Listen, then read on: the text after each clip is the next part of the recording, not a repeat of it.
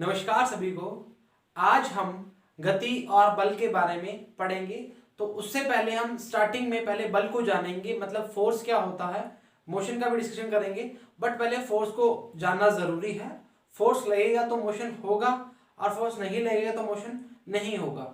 Force कितने types के होते हैं, और फोर्स से पहले हम एक चीज और जानेंगे कि सदिश राशियां और अदिश राशियां क्या होती हैं। ठीक है, तो सदिश राशियां पहले हेडिंग डालेंगे, स्केलर क्वांटिटी और वेक्टर क्वांटिटी। तो सदिश इसको बोलते हैं वेक्टर, और उसको बोलते हैं सेकंड जो राशि है उसको बोलते हैं अदिश राशि। क्या बोलते हैं? अदिश राशि। इसको बोलते हैं स्केलर प्रोडक्ट। क्या बोलते हैं? Scalar product. सॉरी, इसका प्रोडक्ट भी होते हैं, मतलब गुना भी होते हैं, कि सदिश गुणनफल और अदिश गुणनफल। और सदिश राशियां और अदिश राशियां, जो हम राशियां यूज करते हैं, द्रव्यमान हो गया, त्वरण हो गया, वेग हो गया, विस्थापन हो गया, बल आघूर्ण हो गया, मतलब इस टाइप की जो हम क्या करते हैं, जो राशियां यूज करते हैं, वो सदिश है या अदिश राशि हैं। तो सदिश राशियां क्या होती हैं? वे राशियां, इसको मैं थोड़ा सा डेफिनेशन लिखवा देते हैं ताकि आपको समझ आए। इसको लिखेंगे, वे राशियां जिनको परिमाण के साथ दिशा की आवश्यकता होती है, सदिश राशियां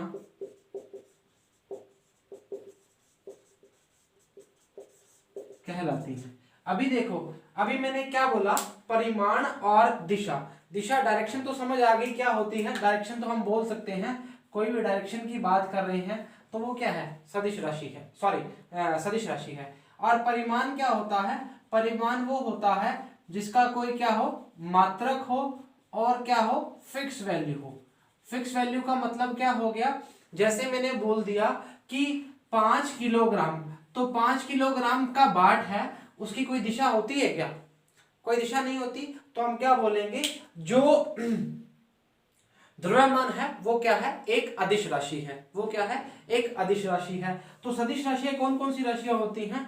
वे राशियां जिसके ऊपर हम देखते हैं, कई बार देखते हैं ऐसा चिन्ह बना होता है, तो ये जो एरो का निशान होता है वो निशान किसको दिखाता है? सदिश राशियों को दिखाता है। तो कुछ राशियां जो हैं उनके बारे में हम लिखेंगे, कौन कौन सी राशियां होती हैं। वैसे तो हम सारी तो नहीं लिख पाएंगे, बट जो जो होती हैं उसको लिखेंगे। एक तो होता है बल आघूर्ण, ठीक है, उसके बाद विस्थापन,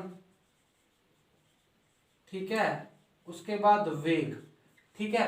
तो बल गुण विस्थापन वेग आदि बहुत होती है राशियां, बट हम एक बार इतना कवर करें, और जितने हम जैसे टॉपिक पढ़ते जाएंगे उसके साथ साथ हम लिखते भी जा रहे हैं। जैसे हम विद्युत धारा के लिए बोला था, एक अदिश राशि है, ठीक है जी। तो बल गुण विस्थापन वेग आदि एक्सेट्रा बहुत हो सकती है, ठीक है। सेकंड जो राशि बात करेंगे उसकी बात करेंगे किसकी? अदिश राशि की। क्या बात करेंगे? अदिश राशि की। तो इसमें त्वरण भी लिख सकते हो, धीरे धीरे याद लिखवाता जाऊंगा। त्वरण भी लिख सकते हो, ठीक है। अदिश राशि क्या होती हैं? वे राशियां जिसको सिर्फ परिमाण की आवश्यकता होती है, अर्थात जिसमें दिशा का ज्ञान नहीं होता है, ठीक है, जिसमें दिशा का ज्ञान नहीं होता है। तो हम क्या लिखेंगे इसमें? अदिश राशियां कौन कौन सी बोल सकते हैं? जैसे बोल सकते हैं द्रव्यमान, विद्युत प्रवाह, ठीक है, इस टाइप की आदि, ठीक है। इस टाइप की जो राशियां हैं वो क्या है? दाब भी लिख सकते हैं। वो राशियां क्या है? हमारी अदिश राशियां हैं।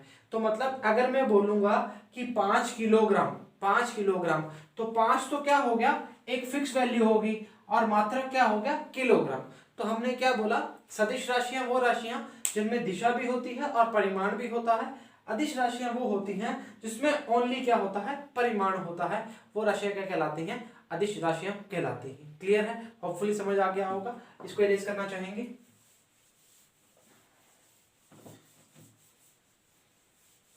अभी हम बात करेंगे बल, फोर्स।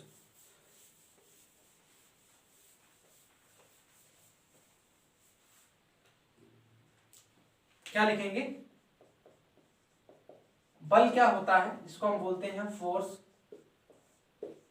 फोर्स क्या होता है, फोर्स को अगर हम बोलेंगे धक्का तो सही है क्या, तो बिल्कुल सही है। अगर किसी भी चीज पर हम फोर्स लगा रहे हैं, धक्का लगा रहे हैं, तो उस चीज की हम क्या कर सकते हैं, स्थिति को बदल सकते हैं, उसके आकार को बदल सकते हैं। अगर मैं इस पे मुक्का मारूंगा तो मैंने इस पे क्या लगाया, फोर्स लगाया, तो मैं इसके आकार को भी बदल सकता हूं।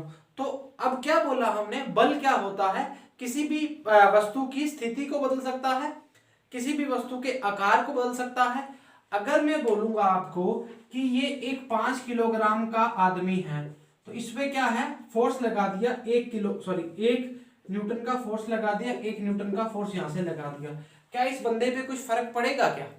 तो आप क्या बोलोगे कि सर ये दोनों फोर्स जो है आपस में क्या कर रहे हैं, संतुलित कर दे रहे हैं, मतलब मेरे को भी इसको बराबर खींच रहा है, इसको भी बराबर खींच रहा है। तो आपने देखा होगा कई बार बाइक वाला जो बंदा होता है, बाइक वाला बंदा डिपेंड करता है कि आपका फोर्स कितना है। तो आप देखा होगा कि आपने रस्सी पकड़ी होती है तो उसको इधर से भी खींचता है, इसको इधर से भी खींचता है, तो बराबर क्या लगता है, फोर्स लगता है, और वो बीच में स्टेबल रहता है, संतुलित रहता है। तो अभी फोर्स की वैल्यू डिपेंड करती है कि कितनी लग रही है, फोर्स की वैल्यू डिपेंड कर रही है कितनी लग रही है। तो अगर ऐसा ना हो कि फोर्स बहुत ज्यादा हो तो हाथ उखड़ के ही निकल जाएंगे, है ना, तो वो कहेगा अब देखो इतना फोर्स लगा दिया, तो जैसे फोर्स लगा, बहुत ज्यादा फोर्स लग रहा है तो हमारे मोटे ही निकल जाएंगे, ठीक है। तो डिपेंड करता है फोर्स का अट्रैक्शन ऑफ संतुलित फोर्स कितना है, फोर्स कितना लग रहा है, ठीक है। तो हम क्या बोलेंगे कि जो धक्का है वो क्या है, एक तरह का फोर्स है। तो अभी देखो, अभी एक चीज समझो, अगर कोई फोर्स अगर मैं लगा रहा हूं तो उसको मैं क्या करता हूं, लगा भी सकता हूं, रोक भी सकता हूं।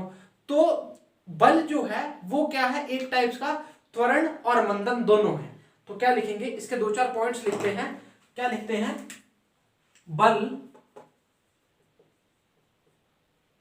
किसी वस्तु के लिए त्वरण व मंदन। अब देखो, अगर कोई जा रहा है, उसको मैं खींच रहा हूं, तो वो उस पर क्या लगा दिया, मैंने उस पर नेगेटिव काम कर दिया, नेगेटिव फोर्स लगा दिया। नेगेटिव फोर्स कैसे लगाया, अगर मैं उसको, वो 5 किलोमीटर प्रति घंटे की स्पीड से भाग रहा है, उसको मैंने खींच लिया, तो मैंने उसको क्या कर दिया, मंदित कर दिया। मंदित का मतलब समझते हो, मंदन क्या होता है, नेगेटिव फोर्स। त्वरित का मतलब क्या होता है, एक्सेलरेट कर देना, मतलब उसको धक्का देना, या उसको बोलते हैं स्पीड बढ़ा देनी उसकी, ठीक है। सेकंड हमने क्या पढ़ा, एक वस्तु पर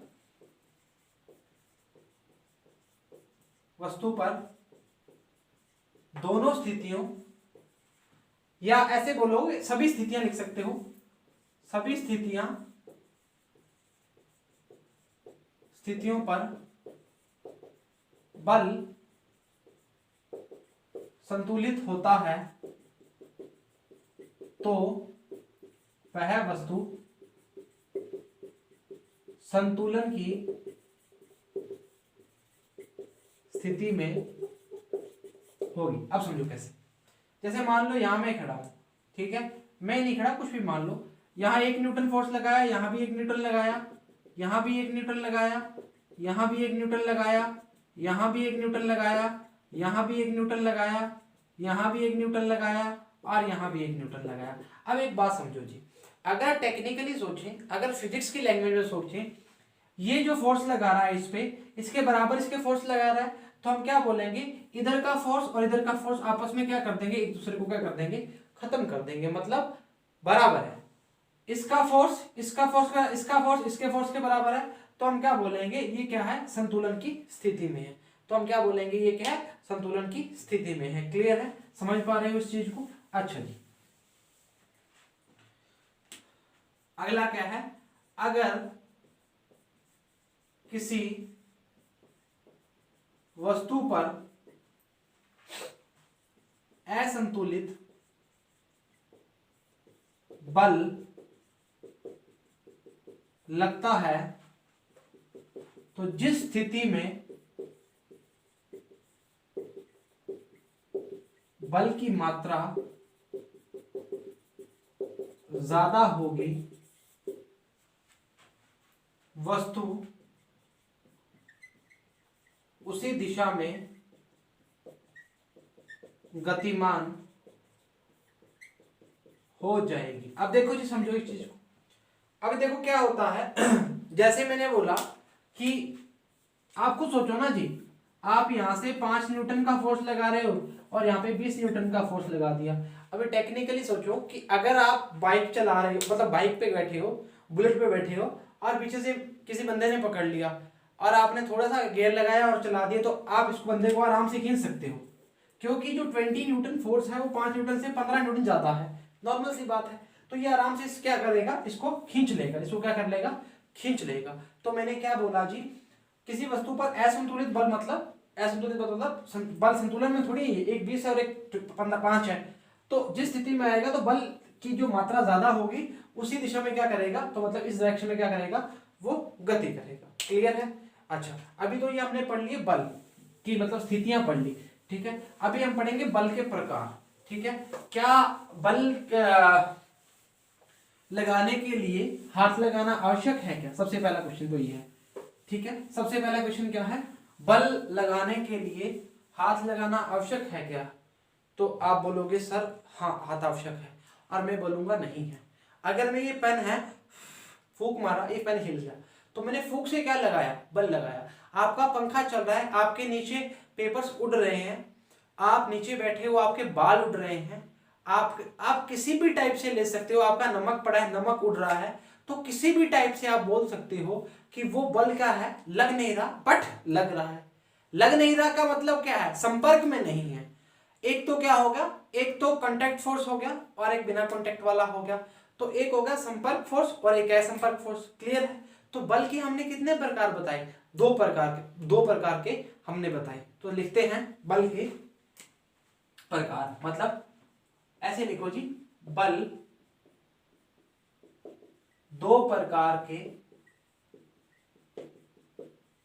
होते हैं। फर्स्ट कौन सा है, संपर्क बल। अब देखो संपर्क बल कौन से बल होते हैं, अब देखो संपर्क बल वो बल होते हैं जिसके अंदर हम किसी भी वस्तु को छूते हैं, मतलब हम क्या करते हैं, उसके संपर्क में आते हैं। तो ऐसा बोल सकते हैं, इस बल के लिए दो वस्तुएं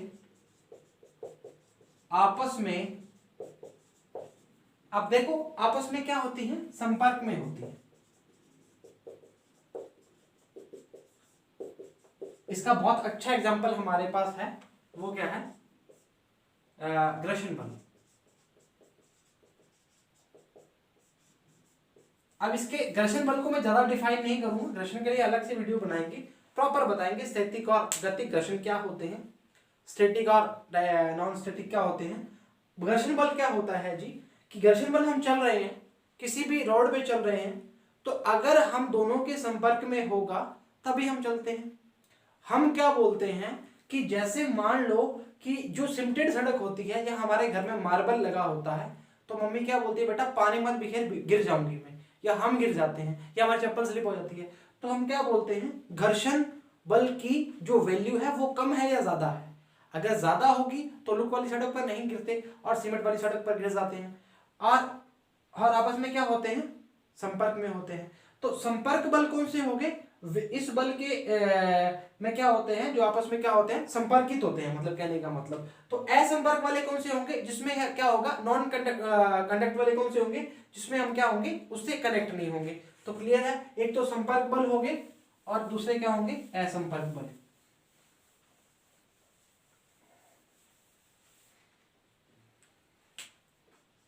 असंपर्क वाले कौन से होंगे,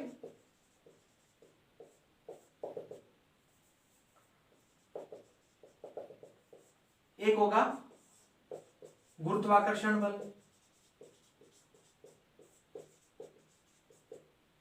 दूसरा विद्युत बल, तीसरा चुंबकीय बल। अब तीनों को मैं डिफाइन कर देता हूं। गुरुत्वाकर्षण बल क्या होता है? वे बल जो आपस में क्या होते हैं, दो फोर्सेस के लिए लगते हैं। इसके लिए हमने फॉर्मूला भी पढ़ा हुआ है, F बराबर में Gm1m2 अपॉन आर स्क्वायर।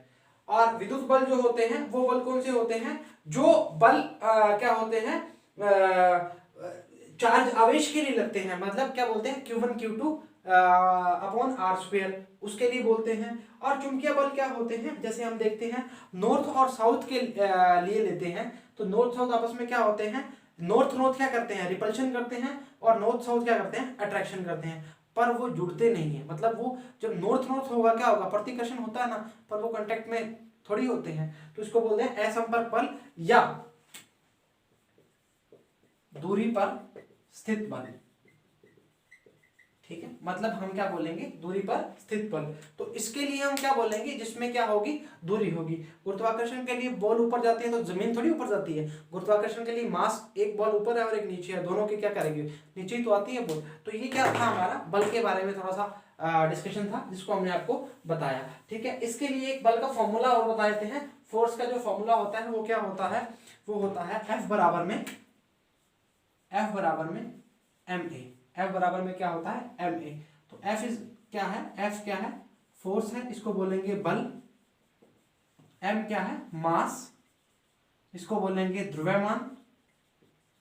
और a क्या है, एक्सेलरेशन, इसको बोलेंगे त्वरण। ठीक है जी।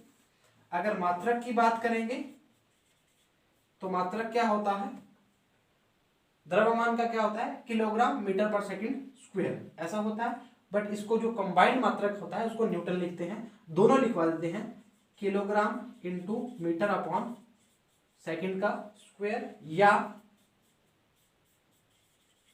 न्यूटन, इसको ऐसे भी लिखते हैं। ठीक है।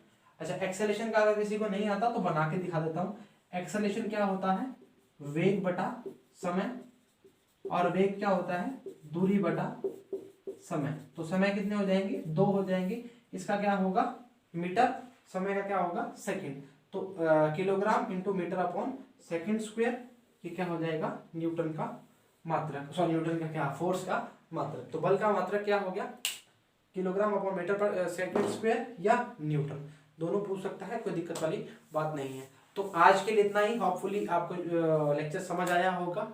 और जिन विद्यार्थियों ने चैनल को सब्सक्राइब नहीं किया तो वो दोस्त अपना ही चैनल है उसको सब्सक्राइब करें, और ज़्यादा ज़्यादा जो भी लगता है आपको क्वेश्चन है वो पूछे करें। जल्द ही आपके लिए क्वेश्चन सीरीज लेके आएंगे जिसमें सारे क्वेश्चन डिस्कस करेंगे, जितने टॉपिक्स हो चुके हैं उसको डिस्कस करेंगे, और होपफुली रेगुलर वीडियोस डालना स्टार्ट करेंगे। तो आज के लिए इतना ही। जय हिंद।